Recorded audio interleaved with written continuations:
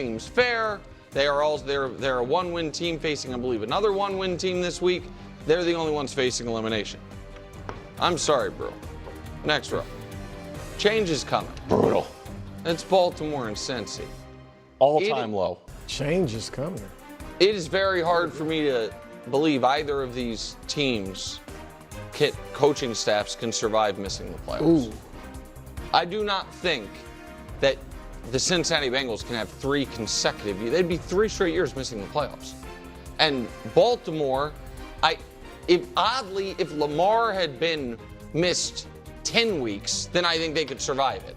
But if Lamar just misses these 2 games and comes back after the bye and they miss the playoffs, I don't think anybody's going to be like, well, Lamar missed time, therefore we get a pass on it. So I think both of these teams are going to miss the playoffs, and I think we're looking at changes for both these teams. And by the way, the Bengals thought they made their changes last year. They got Lou Anarumo out of the building. And now he's with the Colts, and the Colts are cooking. Yep. And by the way, I liked when they got him out of the building, because I'm like, oh, now the Chiefs won't have to deal with him in the playoffs. Now all of a sudden the Chiefs don't have to deal with Lou Anarumo in the playoffs again. I don't like that one bit. Next. Probably just bad. Cowboys, Raiders, Cardinals, Texans. Probably just bad. Now, the reason I'm saying probably, not definitely, is the Cowboys' offense is awesome. Yeah. The Raiders, I don't know if you guys heard, massive upgrade in the offseason at coaching quarterback, and they drafted Ashton Jeanty. It's supposed to make the difference. It's supposed to be good.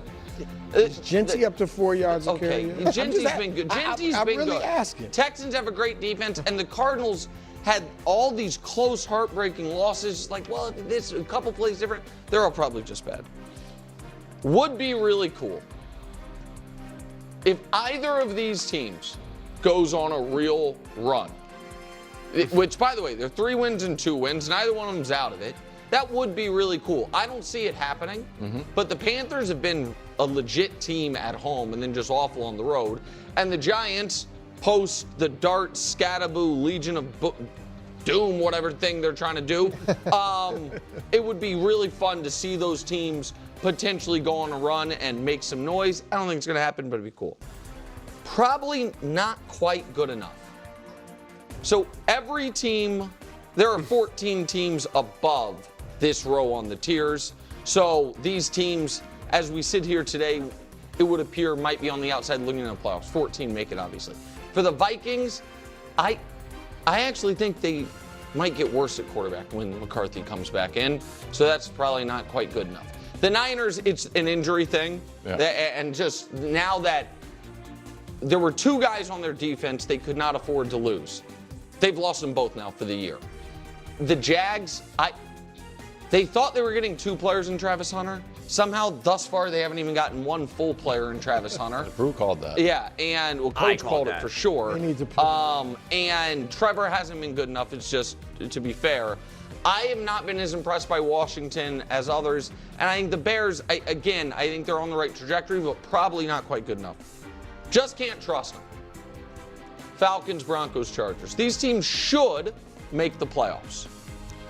And the Falcons' secondary is excellent, and the weapons are great. I have a hard time trusting them, and I thought you saw evidence of that Monday night when they had the game won, and they almost threw a pick 6 to lose it for no reason whatsoever.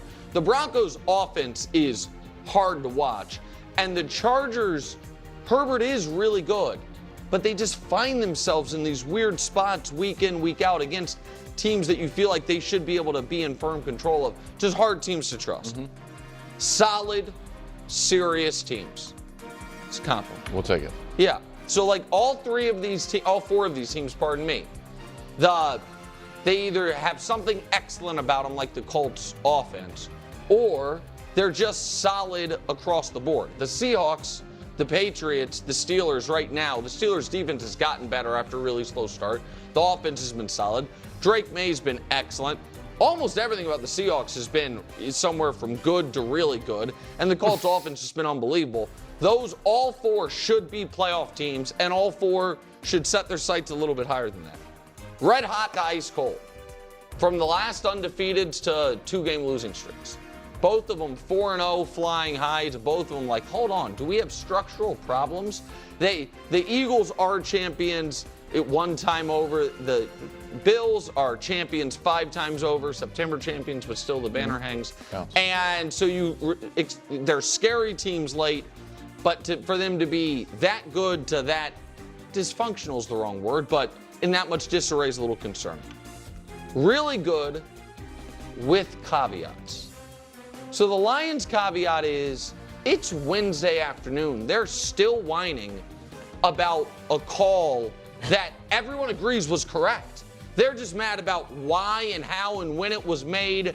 And now all of a sudden, the Brian Branch suspension, they're really good. That's the caveat. For the Packers, Brew, I'm sorry.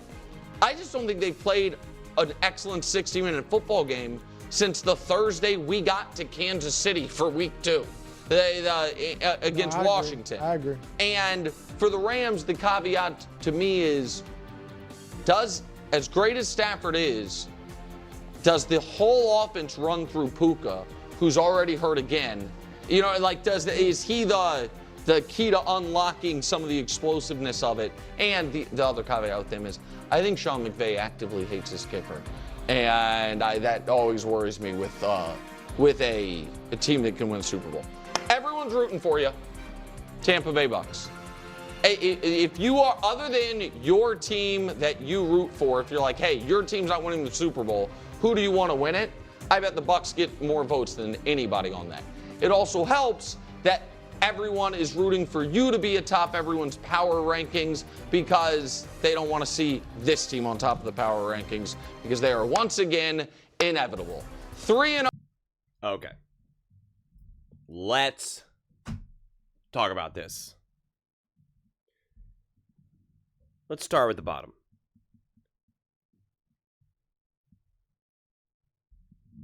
Not putting the Dallas Cowboys below the New York Giants. That's just absurd. That is just absurd.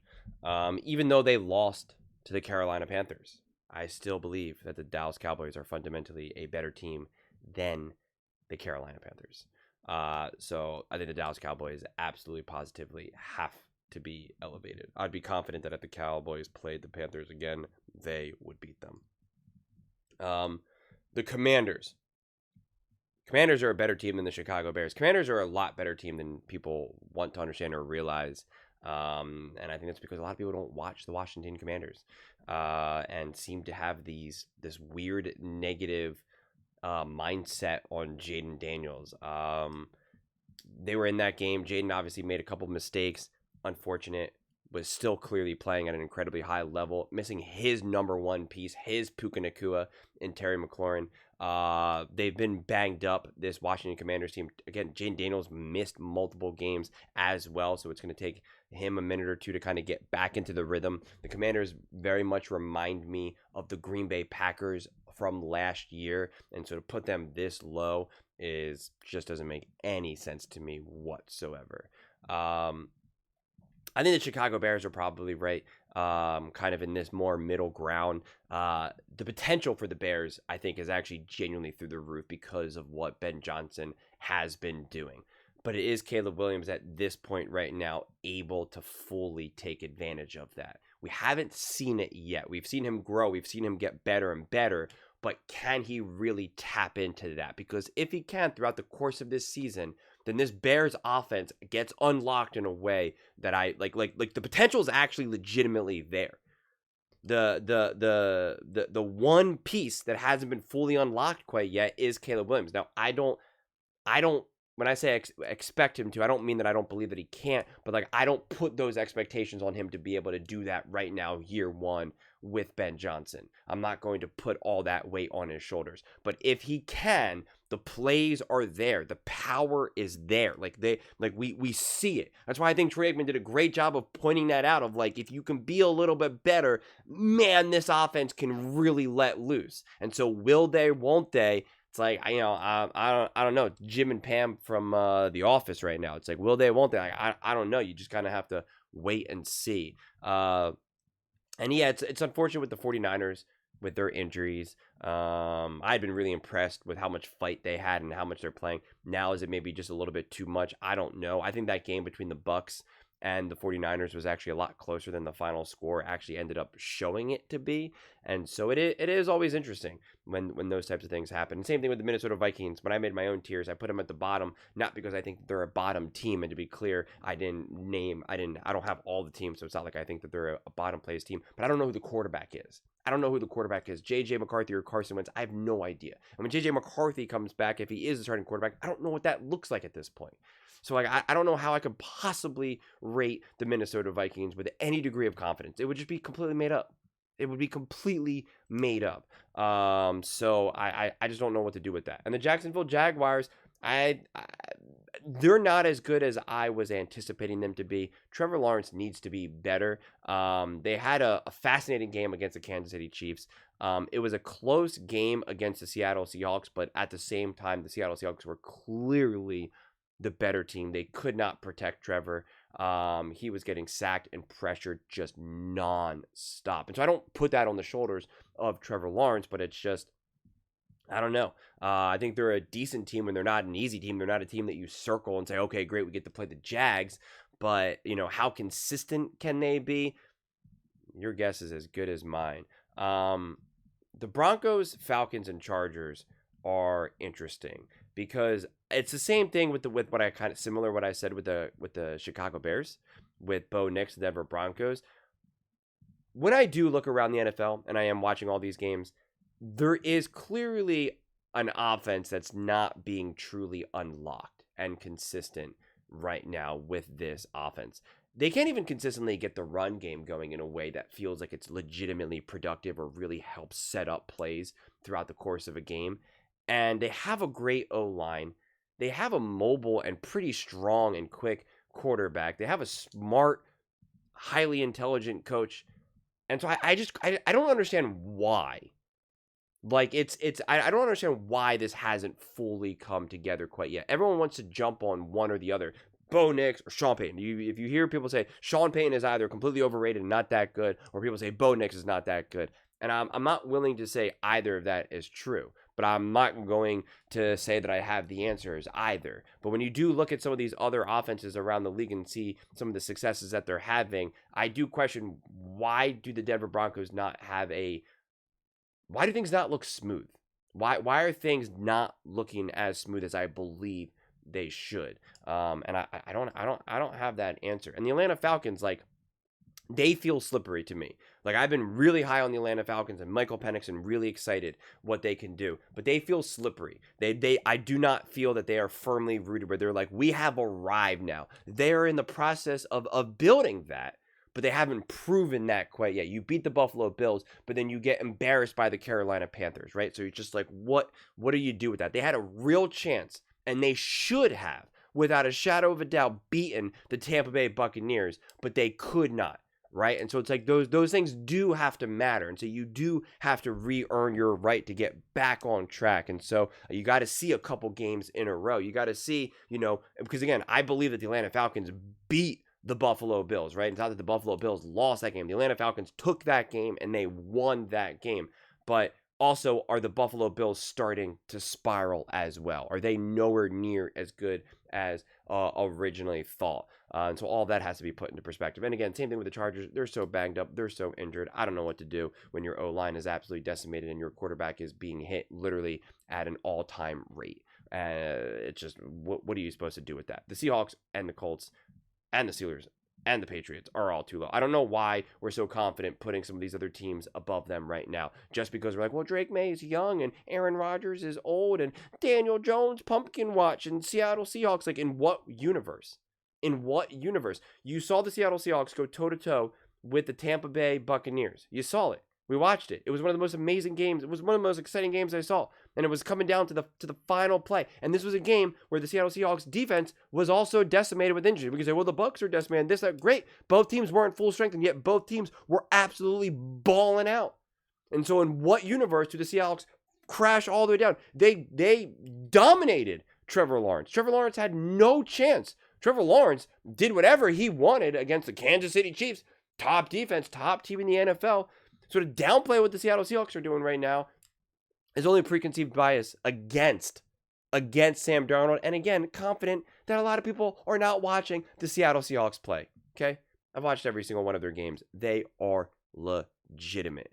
So it just doesn't make any sense to me whatsoever. I don't know where you would have any levels of confidence. Oh, the Rams are better than the Seahawks. Like, based on what? Based on what right now? Seriously, why are the Rams better than the Eagles right now? Based on what? Based on what? I don't know. So this list, like, again, it's not inherently wrong. There's obviously a handful of teams that I feel like are really out of place, which I think I did a decent enough job pointing that out. But once we do kind of start to get to, I guess you can't trust them and up, it's just like, it's a great big mess. I don't know what to do with the Lions and the Packers and the Rams and the Eagles and the Bills. I really don't. And the Bucs even. Yeah, the Bucs the Bucs have been able to win. And this is what's tough because, right, like Colin said this earlier today, the Bucs could be 2 and whatever, or 1 and whatever. And like the reality is like right now, like it feels like a lot of teams can say that.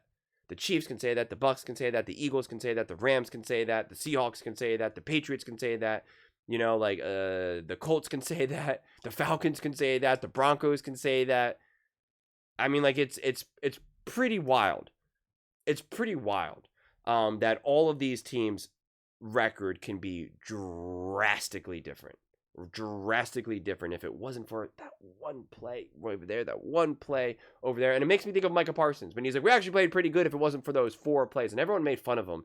And it's true, and I get it, but I also get what he was saying too, where he was like, everything wasn't bad, but we just made like 3 or 4 mistakes that had devastating consequences on the game, that if we just didn't do that thing, the game changes. And like, on one side, it is a ridiculous statement to make. On the other side, it is also somewhat an accurate statement to make. And that's how the season really largely feels. I mean, the way how I look at these tiers right now, since I did my own tiers before and I just focused on what we see this season, and I was very clear about how I was like, I don't care that it's Patrick Mahomes or Josh Allen or the Eagles just won the Super Bowl. It had nothing to do with that and nothing to do with future projections either, in terms of like, well, we know the Chiefs are going to be good in the playoffs and we know this will be that. Like, nothing to do with that. It's just, what do we see right now, present day? What have we been seeing this season? No reference of, well, that's Mahomes, we know Mahomes, like nothing to do with that. And when I look at a list like this, it's impossible for me not to project. It's impossible for me not to be like, well, who do we think the Chiefs are going to be? Will the Eagles get on track, etc., etc.? And the reality is like, the only team that I actually have any degree of faith or trust in, there's actually only one team. Actually, there's 2 teams. I take that back. There's 2 teams, okay? 2 teams. One is the Kansas City Chiefs. 2, I'm confident that the Cleveland Browns are going to be trash and awful team. But outside of that, I don't know. I don't know what the Detroit Lions can do, if they can really feel like they are truly that just physically imposing, we are scared, we got to play the Detroit Lions. The Bucs, I don't know. They do, like, again, those games, I've seen all the Bucs games, and they are, like, there's a fragility there as well. Do they run out of magic? The Philadelphia Eagles, they should be playing significantly better. Can this play caller, can their offensive coordinator turn things around? I have no idea. 0. The Buffalo Bills, it's like, yeah, we can say that they were missing a lot of starters and this, that's all true. But at the end of the day, it's like, does anyone have a real strong sense that the Buffalo Bills will be able to beat the Kansas City Chiefs in the AFC Championship game? I got none, 0 sense of that even remotely being possible. And then again, once we now start to take some of these other teams like the Colts, the Patriots, the Seahawks, you're just like, yeah, these teams are playing great. They are fundamentally playing great. But you will say, what about Sam? What about Daniel Jones? What about Drake May, right? Like, you're just like, what? How are those quarterbacks going to handle these big gotta have it moments? And it's up to them to continue to write their story. We don't have that answer right now. We really only have those answers about, for the most part, Stafford, Allen, Hurts, and Patrick Mahomes, right? Like, they have the best arguments right now for like, hey, we know that they show up in the biggest moments in the playoffs.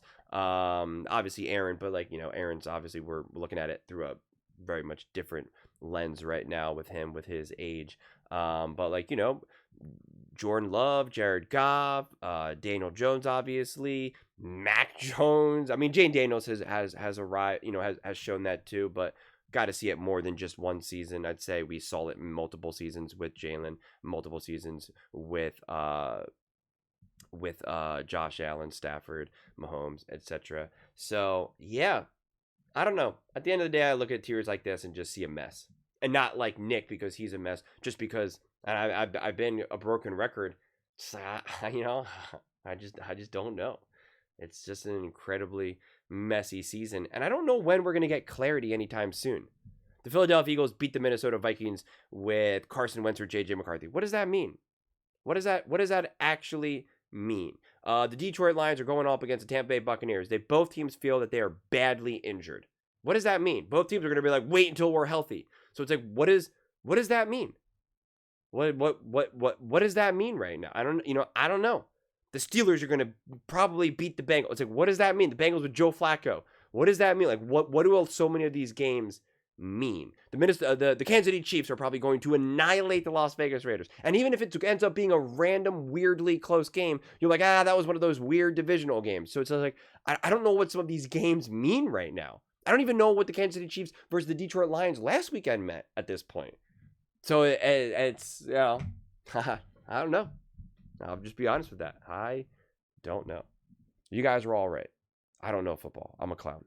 But let me know your thoughts in the comments below. I read every single comment. So whether you agree with me or disagree with me, either way, let's get in some discussions. Let's get in some fights. But ultimately, let's just have some fun. And please do consider subscribing. We are building an amazing community here and absolutely love to see you part of it. I want to build something that we all generally feel connected to. Something that we're really excited to be part of. I think we're well on our way to doing it.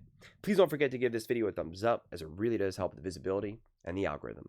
Thank you so much. See you next time.